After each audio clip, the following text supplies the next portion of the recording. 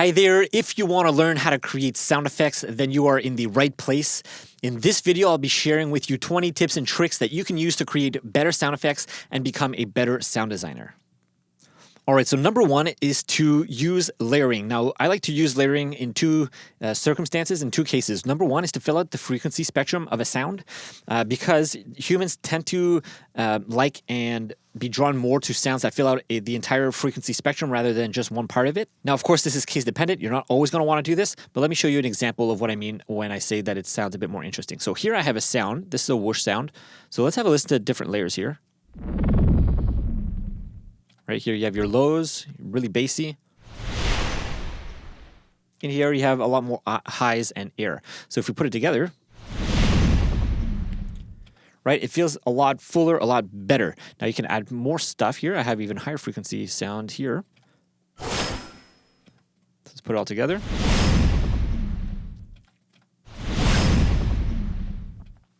Right, so we started off with this. And then we ended up with this.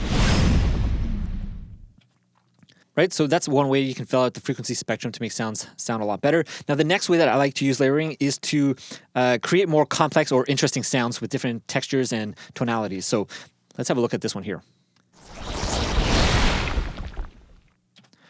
Right, this is like a magic spell sound. I had different whooshes in here. Let's have a listen to them individually here.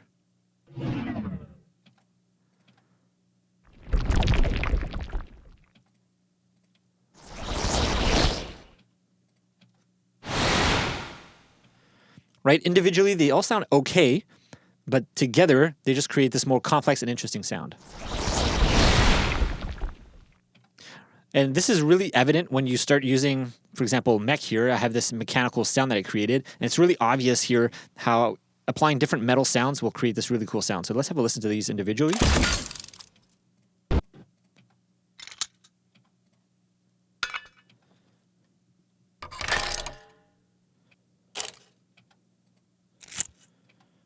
And now all together. Right, you have different sounds, different tones, different metal and mechanical parts that are all acting together as one to create this more interesting sound.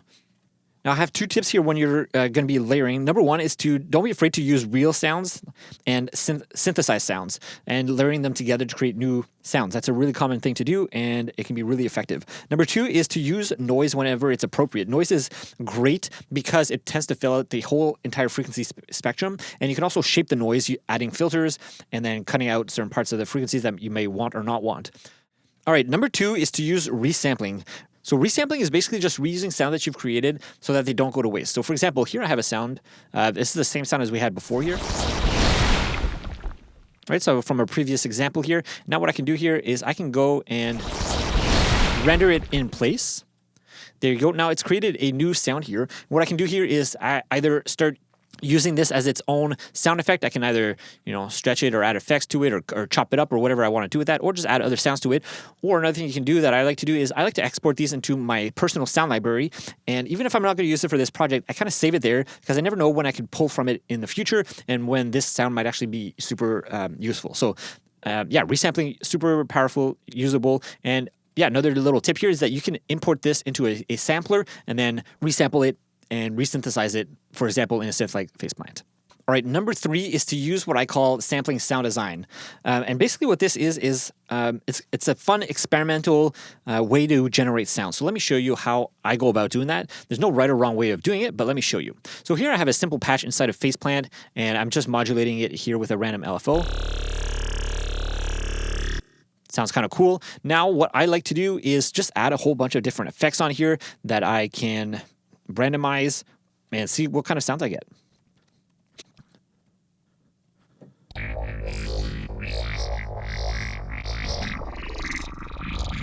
All right, so I already have a really cool sound here, so I can just print that out.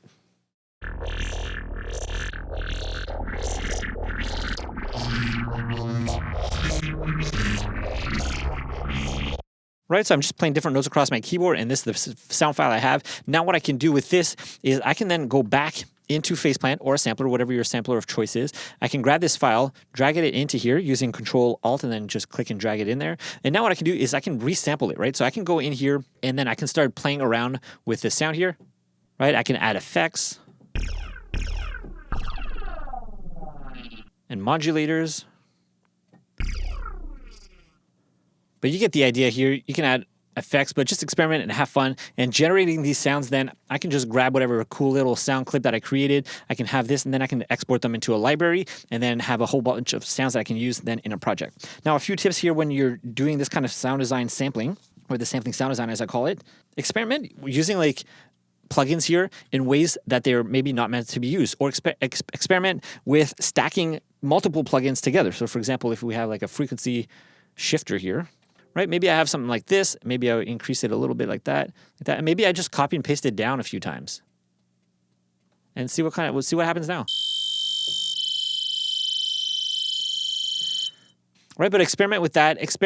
So stacking plugins together, using plugins the way perhaps they were not meant to be used. And then the last thing I personally like to do is inside of Reaper. Reaper is great because it has what a function called the parameter modulation link. So what you can do here is with a parameter that you touch here, I'm going to do my shortcut here. So if I find my shortcut, here it is, the action show parameter modulation link for the last touch effects parameter. So if I touch this one and then I do my shortcut here, it's going to open this. Now what I can do is I can assign an LFO to this parameter here. And there you go. And now I have this random LFO here that is going to be moving. I can increase the speed if I want to. Maybe I'd make it positive here. Right? And it's always going to be random and randomly moving. Now I can do the same thing with this one here. There you go. Now I have this effect. I can even scan through a preset here, for example, for this specific plugin. But now I'm always going to have these changing parameters and a sound that's changing over time.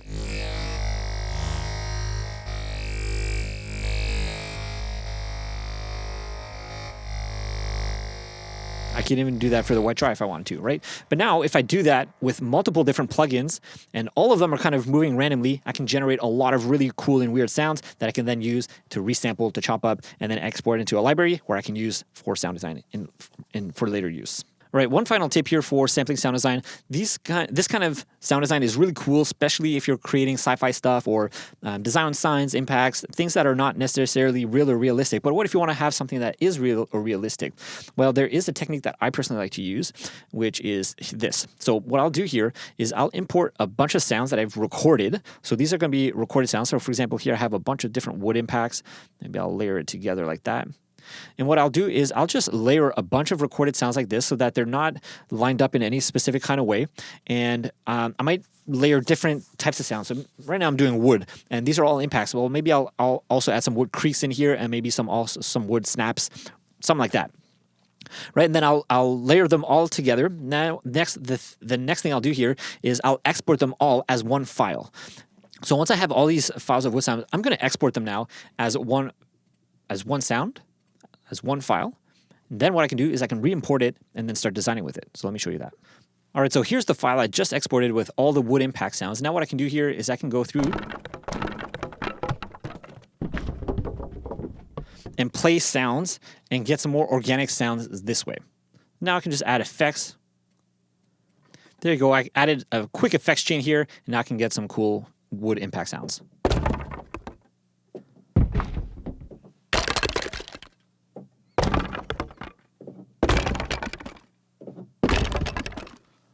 All right, number 4 is to reuse custom effects chains. And this is something I learned from sound designer James Denham. And what he does and what he was sharing about on his YouTube channel is that when you have a sound effect that you like, so I created this like cool little sound here with this weird effects chain. So I added phase mistress, disperser.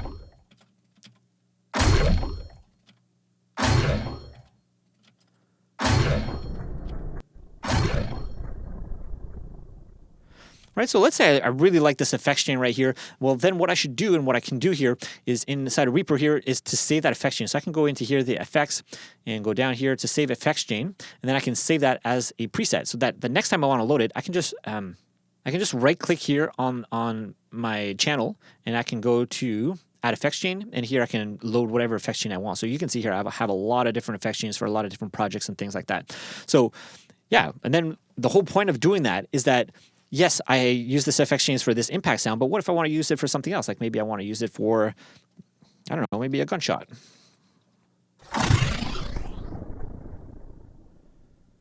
right? And the point here is that you can just import a whole bunch of different sounds on here, process them through this effects chain, and then come up with a huge library of sounds that are usable and that you can just export into your library if you'd like, or into your project. All right, number 5 is to blend your layers together. This is specific to layering sounds, and when you're layering different layers together, make sure that they're blended. So there's a few ways you can do this. There's actually 4 ways that I like to do this. The first one is to use compression. So there's 2 kind of really obvious ways you can do it. One is with like OTT. So here I have a sound. Let me show you the sound without anything on here. Just like an impact sound or a sci-fi gun sound, something like that. Let's add OTT on here. Right, so you can hear how everything's getting lifted up a little bit and everything's getting processed together. Having that multi-band compression, which is what OTT is doing here, and processing all the layers together is helping to kind of blend everything together. Let me show you a really obvious one here using VCA compressor here. So here's the sound before. Okay, and now here's with the VCA compressor. Right, so here what I'm doing is I have a very slow attack here so that I'm not clamping down on the transient because it's an impact or a gunshot. I don't want the transient to be impacted. It's mostly the tail. And what this is doing is really gluing the sound together, the impact and the tail together. So if I take it off, you can really hear the difference between the transient sounds, how all the sounds are very kind of transient heavy and they're all kind of playing together and then they kind of all stop and then you have this little tail thing at the end for, I think it's this layer here. Right, you kind of hear that at the end, but everything else kind of fades away. But now with this on. Right, so it makes everything even and everything feels as one sound. Right, so compression, multi-band compression, really good way to do it. The next thing you can do to glue your sounds together or blend your sounds together is to use some sort of EQ. Now here I'm using 2, which is not really an EQ, but it is a subtractive dynamic EQ. So I'm using this because it's a really easy way to show you how it works. But let's turn it off first here.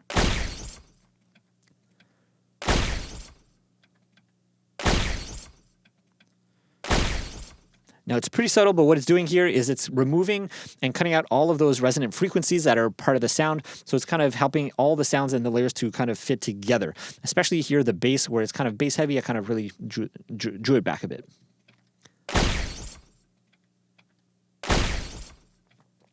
Right, it's a bit more subtle, but definitely works. Okay, the next thing here is to use some sort of saturation or distortion on all of your sounds. So here I have a wavetable.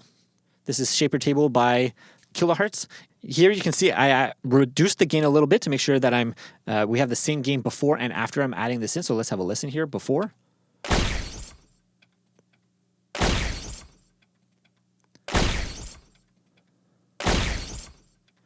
Right, so with all of this getting applied some sort of a bit of saturation, they all kind of feel like they're together or similar because of that saturation, because they're all getting that kind of same processing.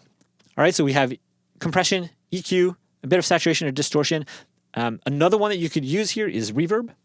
Now, I like to be a little bit careful when I'm using reverb because what it does is it's going to put your sound in a space, and a lot of the times when you're in the designing process, in the designing phase, you don't want sounds to be in a specific space.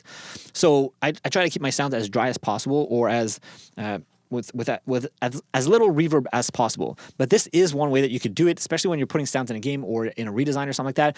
Having reverb will help them fit together as one because they're going to sound like they're coming from the same space together. So let's have a listen here. A little extreme. Let's bring it down.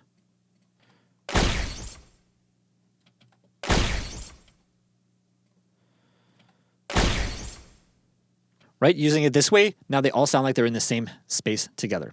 All right, finally, the last thing that you can do and that you might want to do here is if you're using stereo recorded files, so all of my sounds here are stereo files, they're not mono files, then one of the things you can do to help them really glue together is to use something like Recenter to keep all your sounds in the same part of the stereo field. So if we play with this off here, so have a listen to how all the layers are pretty stereo. They're kind of playing in different parts of your left and right channel. Now with this on.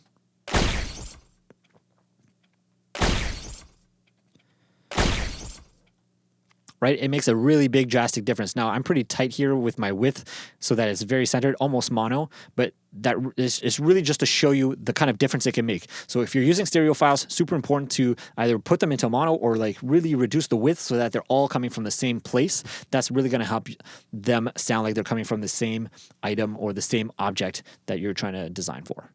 All right, number 6 is to use variations and to create variations for your sound. Now, this is super important, especially when you're doing sounds that are going to be repetitive or going to be repeating. For example, footsteps, gunshots are very common ones. But any sound really that is going to be repeating should never be the exact same. So let me show you my process that I use currently for doing variations of a sound. So here I have this little cool sword sound.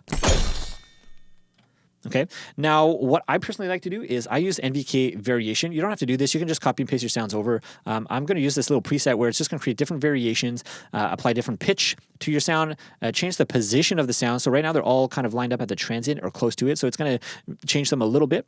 They're going to move sounds across tracks. And what this is going to do is I can have different insert effects on each track so that they're going to be applied to different layers every time they change tracks. So that's what this is doing here. They're also going to change the volume a little bit, and pan is not changing, and then the tone a little bit. This is an EQ. So I'm just going to apply that here. Next thing that I like to do here is I'm going to go.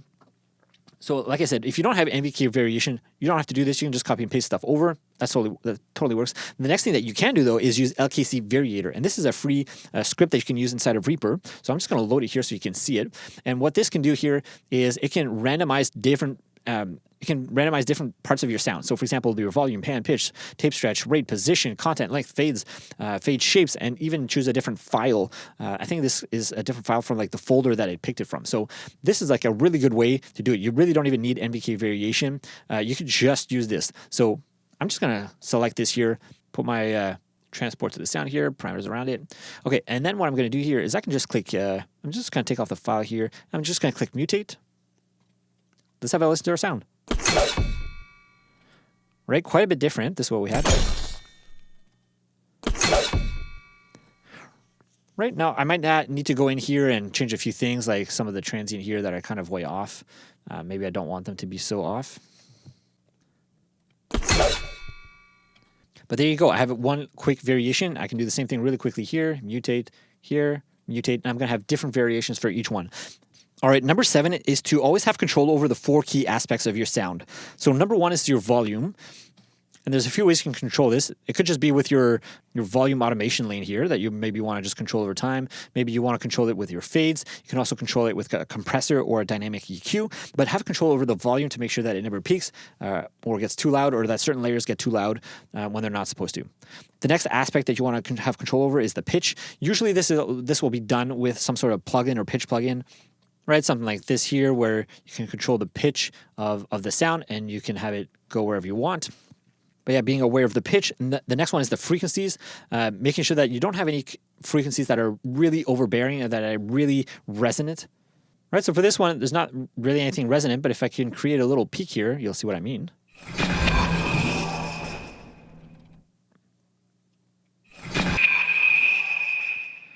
Right, that resonant peak is way too much and you don't want that. So sometimes that just happens as you start layering sounds together and they just naturally create these peaks. So you just have to be careful to control them, either with an EQ to cut those out, or you just cut out those frequencies altogether or change the way they're layered.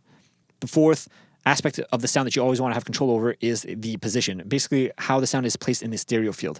Is it a stereo sound? Is it a mono sound? Where is it in the stereo field? Having control over that is super important, especially if you're doing multiple layers. And then, of course, you can control that with a pan. Or what I personally like to use is something like Recenter, just because I have control over the width. But there's also obviously other plugins that you can use where you control width and the angle and where stuff is panned in the stereo field. But yeah, having control over that, very important.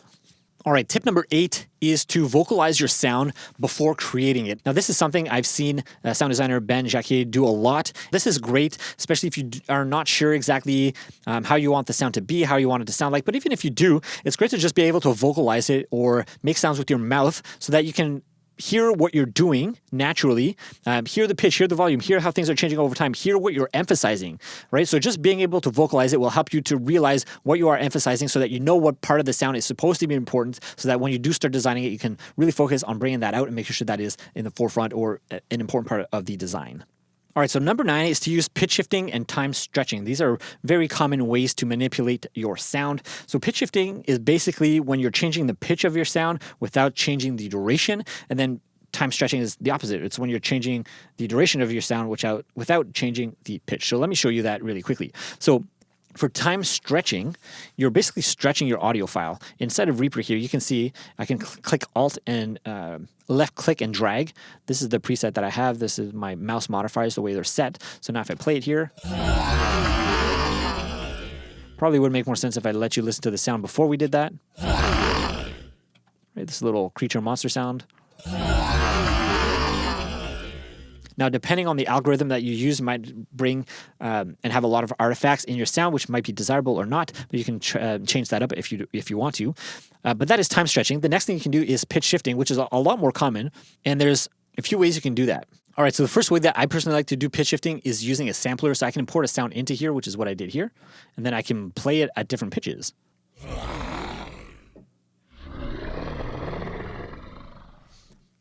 Right, so basically what we're doing here is we're changing the playback speed. Another way you can do that is by just inserting some sort of pitch plugin. So I like Manipulator for this kind of stuff here. And I can bring down the format, which is going to do a similar thing here.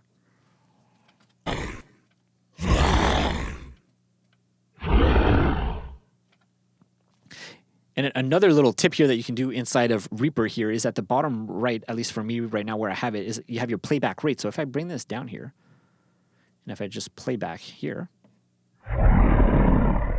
you have that same effect. So instead of putting it into a sampler, you can just turn this down and get that exact same effect. All right, number 10 here is a way to add punch and weight to your sounds. So generally speaking, if you have, for a lot of students, when they first start out, if they want to add some sort of bass to a sound, they'll just use an EQ here and then boost the low ends. But that does not really get the effect that you want. So if I have a sound here and I just boost the low end, it just makes it sound muddy, kind of boxy, doesn't really add that kind of punch and weight to the sound that we're looking for. So what can you do? There's kind of 3 ways that I like to do this. Number 1 is you can use something like Enforcer by Boom Library. Let me just show you quickly what this can do. Here we can have this preset, low and soft smack. Right, you can immediately hear it's kind of over the top, so I can bring down the wet dry here. Right, but all it's doing is it's adding some sort of sub sound with following the transient here that you have, following the input signal that you have for your sound. Now, you don't need to have this. You can do this yourself using a synth, but the Enforcer is just a really quick and easy way to do it.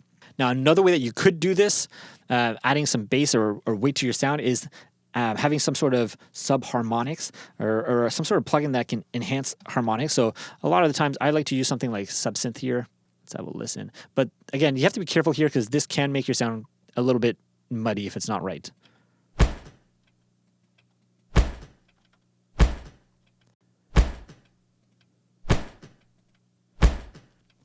Right, so it's adding a lot of that sub. If you don't have good headphones or your studio monitors, you won't hear it there, especially on your phone. But it's just adding that sub sound, which makes it feel bigger. Right, so adding some sort of sub-harmonic enhancers, this can be a good way to do it. Of course, you need to have that bass kind of present in the sound already. If you don't, most won't actually do anything, but that's a good way to do it. Now, another thing that you could do, like I said before, is just add your own synth, maybe a sine wave, and then you just pitch it down 2-3 octaves, and then you can put it on there. What I personally like to do is adding some sort of like kick sample. So if I go here, so I'm just going to use MVK Create here just to cycle through and find some sort of kick sound. So I kind of like that one. So I'm just going to put that in there, take that off here. And now what I can do is I can just layer that with our sound here. Of course, you'll want to control the tail here because or else it's going to really stick out. You want to make sure you're following the envelope of your sound here. So maybe I'll do something like this. Let's have a listen. So if I take this off.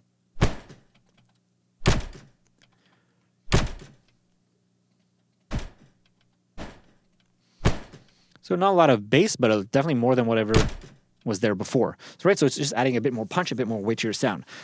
Right, so having these designed kick sounds, designed impact sounds, or just a drum kick even could work in here. All right, finally, if you would just want to add a bit of punch or transient to your sound, a really quick and easy way to do this is with a transient shaper. There's 2 that I really like. One is Neutron Transient Shaper by Isotope, and the other one is the Transient Shaper inside of Kilohertz. Those are 2 really great ways to do it. I find the Neutron one is really great for adding clarity or tone, like really shaping the tone of your sound. So for example, here in the middle, I like to put mine between like 200 and 4,000 about, and then just increase the attack a little bit like this. And now let's have a listen.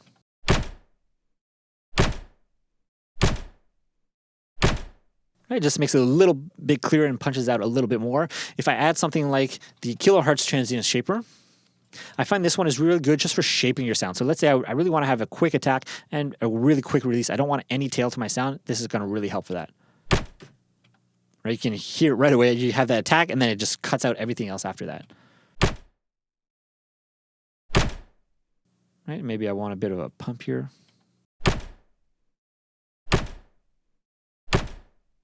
Anyways, this one is really good for shaping the envelope and the transient of your sound.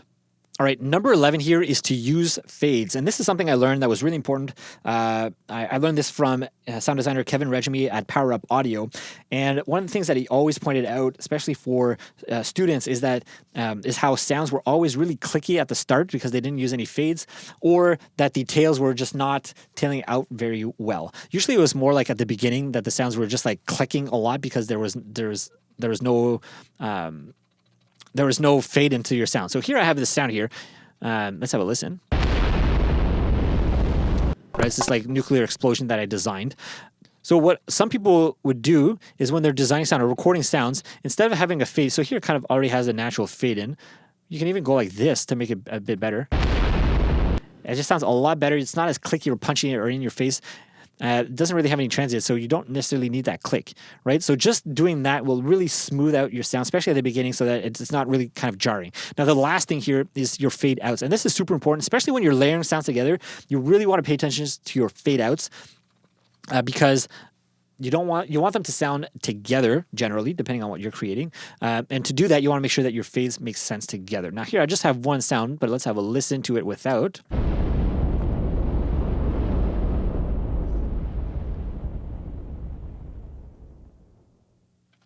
Now you can hear the fade is okay, but it fades out kind of fast and it's not really smooth or anything. So what I can do now is I can just put in this fade here. Now let's have a listen to the difference.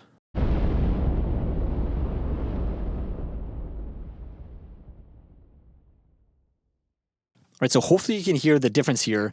This one is just a lot smoother, a lot more consistent, just really a clean fade out, which is super important, right? So this is just one sound with one layer, but imagine if you have different sounds, different layers, how important it can be, especially if they start stacking up together and they're all kind of jagged and not fading out properly. It can be very jarring.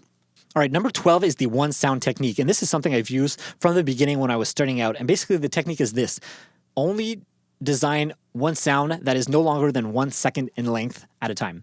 And this is especially good for beginners when you're starting out. It can be very overwhelming if you take a clip from a game or something like that, and then you have to try to figure out how to put all the sounds in the game and how to redesign everything. Instead of doing that, just focus on one sound that is no longer than 1 second long. So a lot of the times for me, this was like UI sounds or like a gunshot or a footstep or some sort of movement, maybe a sword swing, right? Stuff that is very simple and it's one sound, 1 second, right? So it really focuses your attention on that one item, that one object, and making sure that that one sound sounds really good. Now, this is a variation off of Barney Orum's, sound designer Barney Orum's 10-second technique. But I personally, from the start, I always went down to 1 second, one sound, and I found that is really helpful, especially when you're starting out and you just want to improve really quickly. This is a really way to get some quick wins and get a lot of really quick sounds out and to start learning that way. All right, number 13 is to work on recreations and redesigns. So the difference between recreations and redesigns is recreations is when you're trying to recreate as close as possible the sounds to a game or a movie or whatever media that you're trying to recreate, right? So you're trying to get as close as possible to the original. Redesigns, on the other hand, is when you are being creative. You remove sounds from a clip, let's say, and then you put in your own sound, your own version, your own design. You bring in your own inspiration to that game, to that sound, and then you create your own version of it, right? So when you're starting out, what I encourage my students to focus on is to do recreations. And the reason for that is that you have a point of reference when you're listening to the original game audio and your sound and trying to get as close as possible. And in doing so, you can know whether your work is good enough, near to where it needs to be or not. When you are doing recreations, there's two questions I like to ask myself. Number one is, what is most important? Because I want to make sure that I get that right and I hit those points and they are brought out properly in the redesign. And then number two is, what do I not see that the listener should hear, right? What is maybe not on the screen, not visible, that should be heard or should be felt at the very least, right? And what can I bring out with sound using sound? All right, finally, the last tip when you're doing recreations is I always encourage my students to over-design.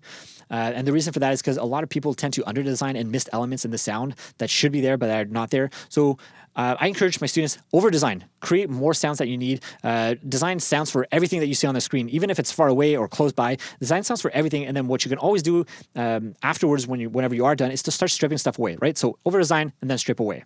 All right, number 14 is to use references. Now, I already mentioned this, especially great for beginners to use references to keep your work in check. But personally, I still use references to this day to keep my work in check. Not only that, but also I use them in a different way, which is that I like to pick sounds from different games. And then, especially, for example, if I have a UI sound that I have to create.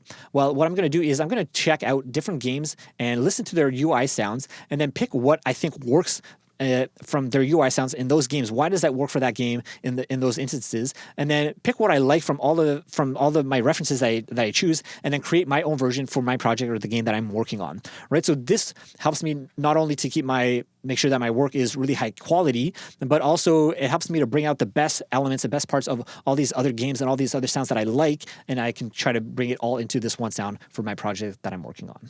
All right, number 15 here is when you're doing redesigns or recreations here is to challenge yourself to swap styles. So this is something I learned from Akash Thakar, sound designer Akash Thakar. And what he was suggesting is that when you have a sound effect that you're creating or a clip that you're redesigning is to not only challenge yourself to create it the way that you think it should be in that style, but then also swap out style. So for example, if you're doing like something that is very realistic, then swap it out and design that exact same clip, but now design it in an anime style and then redesign it again and maybe make it more cinematic, right? And then this is really going to challenge yourself and your sound design muscles, your creativity to think about, okay, how is it going to sound different in all these different styles? What do I have to change? Maybe what plugins do I have to include? What plugins do I have to use to make it sound different? What layers have to come out or what layers do I have to add, right? So challenging yourself to do that, to swap out the styles is a really great way to learn different styles, obviously, but also to really challenge yourself to be creative. All right, tip number 16 is to always create more than one.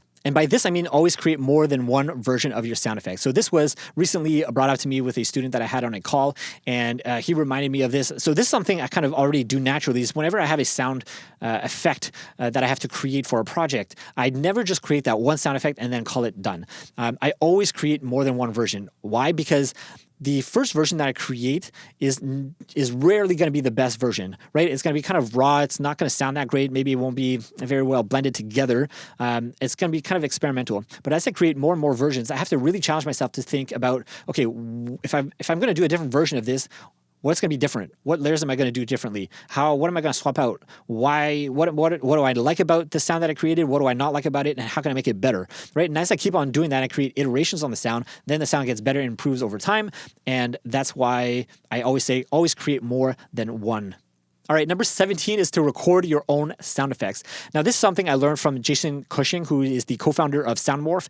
And I had an interview with him, and I kind of talked to him over video, and I asked him, if there was one skill or one thing that I could do to make sure that I became a better sound designer, what would that be?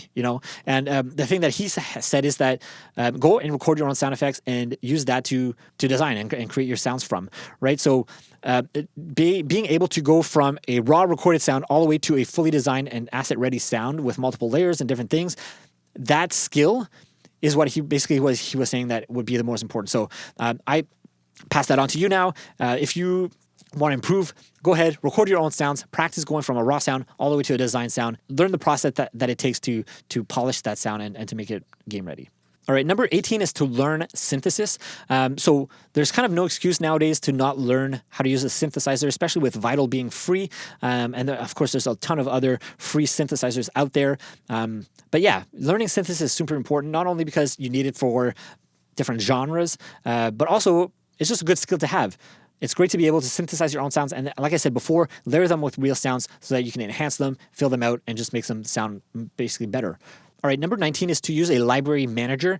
There's kind of two that are the standards in the audio world. One is SoundMiner and the other is Basshead. Those are paid though. If you want something that's free, you can look at the ADSR sample library manager, I think it's called, something like that. And then, but if you are using something like Reaper, then you have the Media Explorer that's already built into Reaper. And a lot of DAWs also have some sort of Media Explorer that is built into the DAW. But using those is super important because it saves you a lot of time, especially when you're searching for sounds.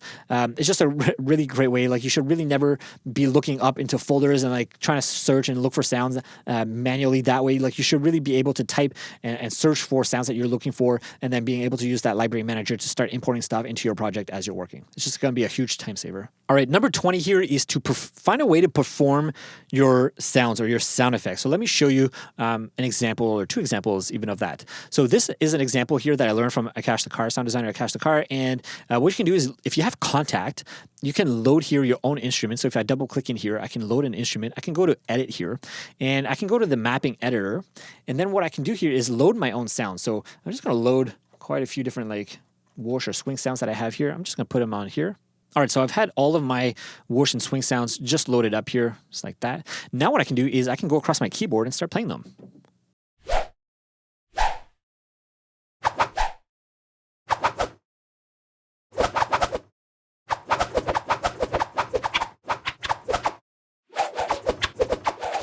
Right, so this is a great way to perform a sound that might be a bit harder to just layer manually inside of your DAW. It's also, like, for example, for this way, I was able to create, using this technique, some really cool like axe swings that are like swooshing through the air. And yeah, that is kind of a little bit harder or a lot more tedious to do inside of your DAW. Now, another way that you can perform your sounds is using something like Reformer Pro. Now, this is a paid plugin, but it's a great way to be able to perform sounds. And the way that Reformer Pro works is basically you load in a library of sounds, and then you use your voice to trigger the sounds in the library. So using your input volume, so how loud your voice is, or your input, whatever input you decide to use, it'll trigger whatever sounds in that library that is at that level. It'll also register whatever your frequency that you're using. So if I talk really low, it's going to pick like really low sounds. And if I talk really high, it's going to pick really high sounds. Darn, okay, it's actually not working, so I can't really show you right now. But yeah, Reformer Pro, you can check it out, look at other videos. But yeah, great plugin if you want to be able to perform your own sounds. All right, and a bonus one here, number 21, is to just experiment a lot and have fun. This is something that I was reminded of when I was watching a video by Greg Lester. And yeah, he was saying, sound design, there's kind of no rules to it. You just experiment and have fun. And I totally agree with that. Experiment, have fun, try a lot of things, create a lot of garbage, but in the end, you'll also create a lot of cool sounds that you probably would have never have even thought about or come up with or realized that you could even create yourself. So yeah, experiment and have fun. And if you enjoyed this video, let me know, leave a comment if you have any questions. And thanks for watching all the way through to the end. I'll see you in the next video.